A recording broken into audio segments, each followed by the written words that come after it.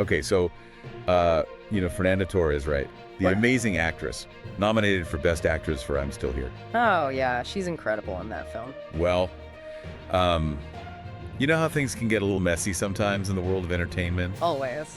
Well, it looks like a comedy sketch from her past has decided to make a comeback, and let me tell you, it's causing a major stir, especially with the Oscars right around the corner. It's kind of wild how the past can just pop up out of nowhere. Totally, and this time it involves blackface, so that ups the stakes. Oh, wow. Yeah, that definitely adds a whole other layer of complexity. To make matters even more interesting, this sketch from 17 years ago is resurfacing just as she's getting all this recognition for I'm Still Here. And, Deadline, they're right in the thick of things in Hollywood. They have this article that really digs into it. Oh, Deadline. Okay, yeah. They always have their finger on the pulse, so their take on this is going to be interesting. For sure.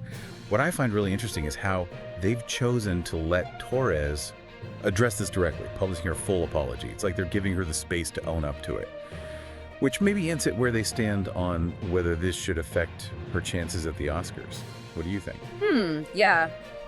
It's definitely a deliberate choice on Deadline's part, giving her that platform. And you're right, it could signal that they believe the Oscars should be about the work itself, not necessarily, everything from an actor's past. What do you think? Right. I mean, it does raise a lot of questions, even for our listeners out there. Does this apology feel sincere to you? Should the fact that it happened so long ago even matter?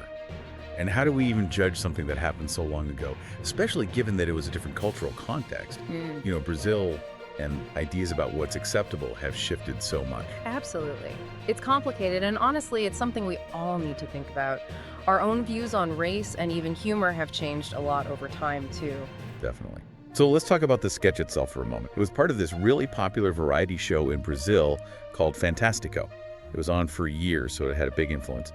This particular sketch was all about comparing the roles of mothers and fathers, which is interesting on its own. Right, and presenting it as a comedy, it suggests they were using humor to explore those societal norms around gender roles, which could have been pretty sensitive even back then. But then you add in the blackface, and things get a lot more complicated. Exactly. So Torres plays a few different characters, including this housekeeper named Delva, and that's the character she plays in blackface. The basic story is about a wife, Solange, who is just totally overwhelmed with everything, and she wants to separate from her husband. Then the husband suggests they hire some help, and that's when Delva enters the picture. Oh, so she's like the solution. And is Yeah. that where things start to get dicey? Well, yeah, this is where it gets interesting, because Delva, in blackface, basically comes in and says, hey, I'm dealing with all the same stuff you are. She talks about kids, having to keep the house clean, and even having to satisfy her husband. Even back then, that word choice is kind of loaded. It hints at these, well, maybe problematic stereotypes about domestic workers and their relationships with, their employers. Yeah, I see what you mean. It really makes you think about how charged the history of blackface is. And Torres does argue that in Brazil 17 years ago, there wasn't this widespread understanding of how racist it is. She says it's evolved a lot since then, and it has, but still. Yeah, that's a good point. It's true. Brazil, like many places, has been grappling with these issues. And maybe back then, blackface wasn't as widely condemned. But it's important to think about this incident in the wider context of Brazil's history and culture and how those have been changing. So we're talking about a whole society coming to terms with its past and how to move forward. Right. And this whole thing with Torres and that sketch, it's happening right in the middle of it all. Yeah, it's like it's putting this huge spotlight on a much bigger conversation, right? Totally. I mean, it forces us to look at how humor and satire, especially when it deals with sensitive topics like race and gender, can age, well, not so gracefully. Things that might have been okay, even seen as progressive years ago, they can land very differently today.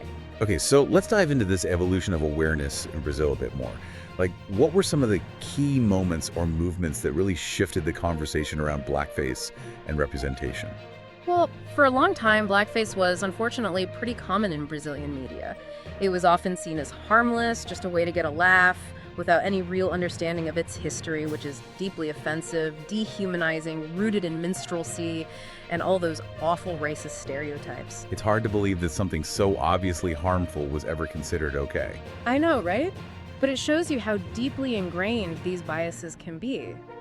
But things started to change, especially in recent decades, with the rise of social justice movements and activism led by Black Brazilians. So they were the ones who really started pushing back against these harmful portrayals. Exactly.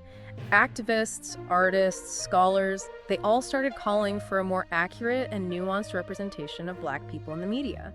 They organized protests, ran educational campaigns, really challenged the status quo, and their work has had a real impact. Wow, that sounds like a long, hard fight. It definitely has been. And it's still going on. But there's been a significant shift in how people think about it. People are more aware of the damage those stereotypes do, and they're demanding better. So while this sketch maybe wouldn't have raised eyebrows 17 years ago, the landscape is totally different today. It's a good reminder that context matters and what's considered acceptable changes all the time, really. Absolutely. And this brings us back to the big question. How will this impact the Academy's decision? It's a tough one. Torres gives an incredible performance in I'm Still Here. All the nominations are well-deserved.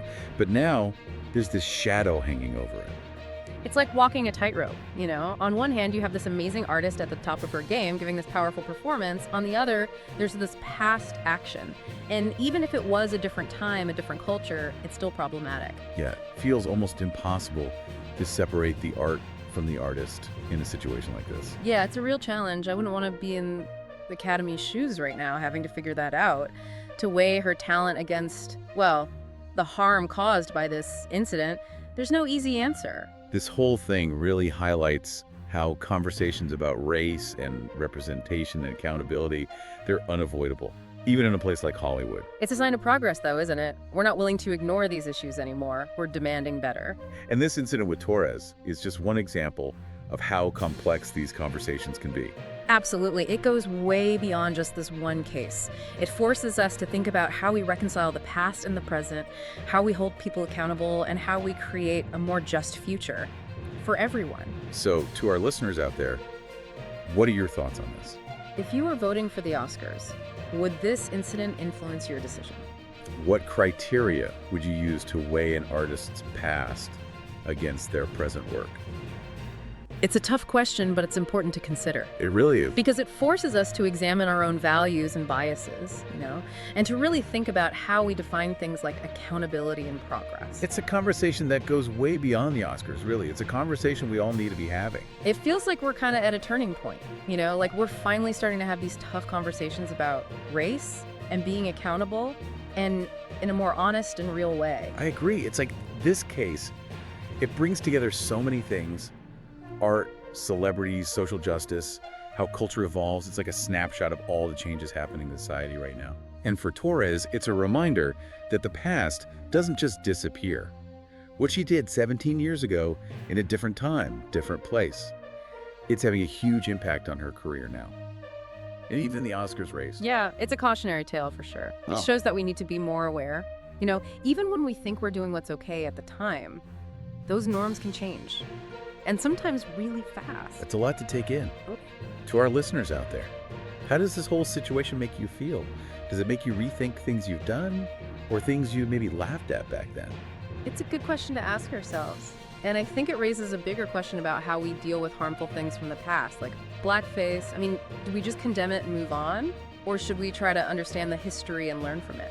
I think there's something to be said for both acknowledging the harm, but also using these moments to grow. Exactly. And that's what makes this whole separating the art from the artist thing so tricky. Can we appreciate great work while still holding the person accountable for their past?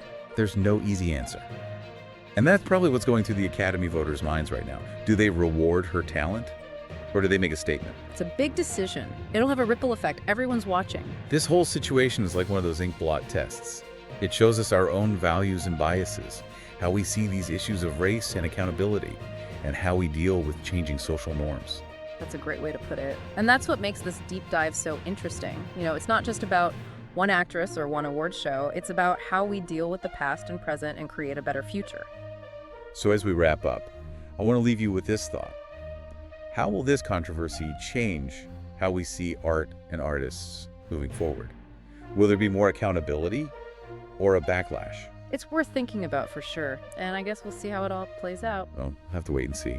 Thanks for joining us for this deep dive, and as always, keep those brains working.